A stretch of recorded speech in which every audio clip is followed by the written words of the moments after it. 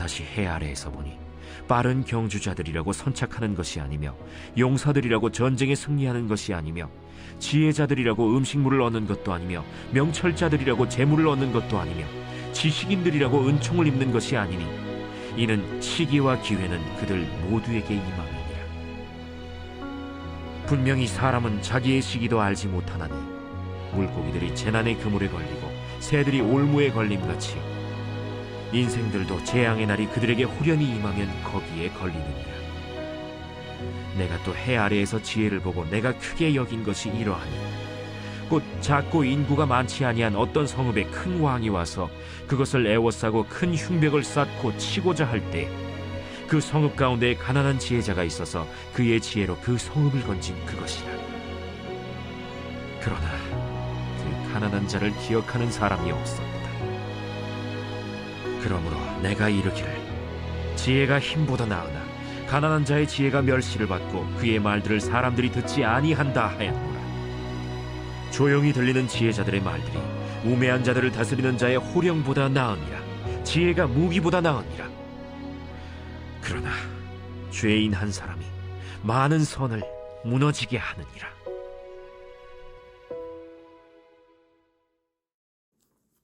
할렐루야. 오늘 하나님의 말씀은 전도서 9장 11절부터 18절까지 말씀입니다. 오늘 말씀의 제목은 겸손하게 하나님을 따르는 삶입니다. 제가 교회학교 고등부 교사로 섬길 때 이야기입니다.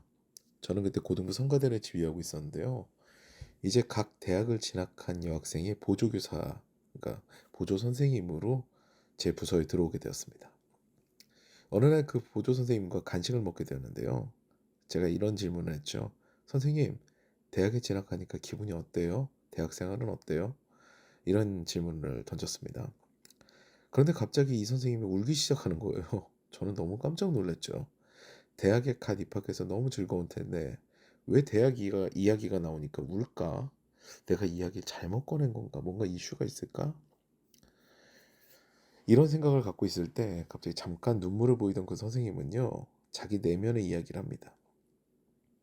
선생님 죄송해요. 그러면서 얘기하는 거죠. 원래 저는 영어나 중국어를 전공하고 싶었는데 성적이 못 미쳐서 다른 학과를 갔거든요.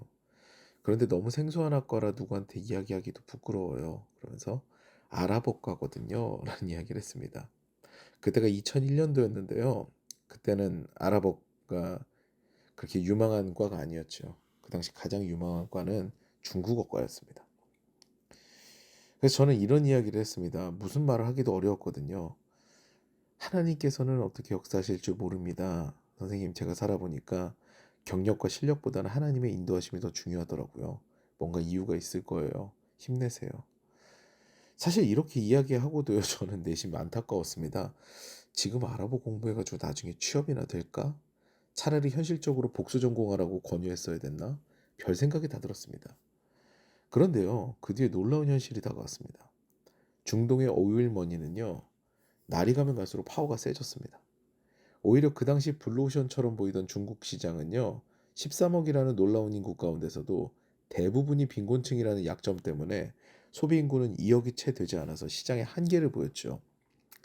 이 친구는 그 당시 아무도 주목하지 않았던 아랍어를 전공해서요. 그 뒤에 들리는 소식에 의하면은 무역회사에서 서로 끌어가려고 하는 재원이 됐다고 합니다. 인생 역전도 이런 역전이 없죠. 또 하나 제가 예전에 어렴풋이 들은 이야기가 하나 있는데요. 다음 한 메일이 나오기 이전에요. 무료 이메일 회사가 있었다고 합니다. 그런데 그 회사는요. 너무 일찍 사업을 시작한 거죠. 우리나라의 초고속 인터넷망이 확보되기 전에 서비스를 시작해서 망해버렸다고 해요. 그 일이 있고 불과 몇 달 후에 다음은 한 메일을 서비스하기 시작했고요. 지금은 국내 굴지의 기업이 되었죠. 이같이 인생에서는요. 능력과 경력보다는 하나님의 때가 참 중요한 것을 느낍니다. 아무리 내가 좋은 재능과 경험을 가지고 있다고 해도요. 발휘할 장이 없으면 무용지물인 것이죠. 옛말 중에 난세의 영웅이 난다는 말이 있습니다. 이 말은요. 난세의 영웅이 태어난다는 의미가 아니라 난세가 아니면은 그저 기억되지 못할 인물이 난세로 인해서 영웅이 된다는 의미로 쓰여지는 경우가 많아요. 아무리 초절한 능력을 가진 장군이어도요. 전쟁이 없는 태평성대에 태어난다면은 그의 능력이 발휘되지 못하는 건 아닌가요? 이같이 하나님의 때는 참 중요합니다. 오늘 본문은요, 그것을 강조하고 있어요. 11절 말씀 보시겠습니다. 내가 다시 해 아래에서 보니 빠른 경주자들이라고 선착하는 것이 아니며 용사들이라고 전쟁에 승리하는 것이 아니며 지혜자들이라고 음식물을 얻는 것도 아니며 명철자들이라고 매물을 얻는 것도 아니며 지식인들이라고 은총을 입는 것이 아니니 이는 시기와 기회는 그들 모두에게 임함이니라. 이어서 12절 말씀 보시면요. 분명히 사람은 자기의 시기도 알지 못하나니라고 기록되어 있습니다. 사람의 능력은 한계가 분명하다. 이것이 전도자의 이야기예요. 그러므로 우리는 우리의 한계에 기대는 것이 아니라요. 전능하신 하나님께 기대는 삶을 살아야 합니다. 또한 현재 때를 얻지 못했다고 무시하는 것이 아니라 어떤 사람이든지 존중해야 합니다. 하나님께서는 언제 어떤 사람을 쓰실지 모르기 때문에 모든 관계를 소중하게 여겨야죠. 그러면서 하나님을 인정하는 삶을 살아야 됩니다. 하나님의 때를 존중하는 것이죠. 겸손하게 하나님의 뜻을 기대하며 주변에 어느 것 하나 소홀하지 않는 삶을 사는 것이 중요하다는 것입니다. 다만 우리는 오늘 마지막 절을 기억할 필요가 있습니다. 늘 그렇듯이 대사를 그르치는 것은요 죄악입니다. 18절 말씀 보시겠습니다. 지혜가 무게보다 나으니라. 그러나 죄인 한 사람이 많은 선을 무너지게 하느니라. 썩은 사과가 한 개, 온전한 사과가 19개 들어있는 사과 상자를요 그대로 두면요 온전한 사과 19개로 인해서 썩은 사과가 온전해지지 않습니다. 썩은 사과 한 개로 인해서 온전한 사과 19개가 썩게 되죠. 이같이 죄인은 많은 선을 무너지게 해요. 절망적인 언어는 공동체를 무너뜨립니다. 여러 명이 소망을 이야기해도요, 한 명이 절망을 이야기하면요, 다들 절망에 빠지게 돼요.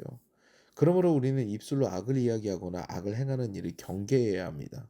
내 생각에 집중하는 것이 아니라요, 오직 겸손하게 하나님의 뜻을 구하고 늘 선한 말, 남을 살리는 언어, 소망과 희망이 가득한 언어를 구사해야 하는 것이지요.